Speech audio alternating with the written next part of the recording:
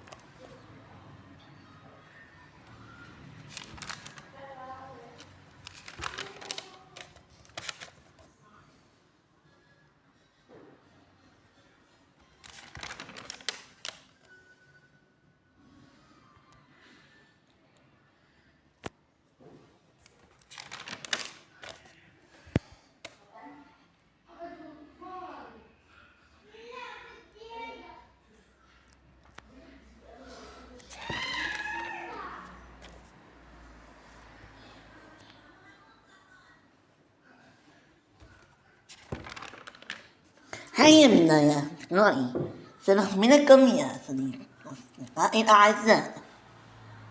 من القارئ المفضل؟ اكتبوا لنا في التعليقات.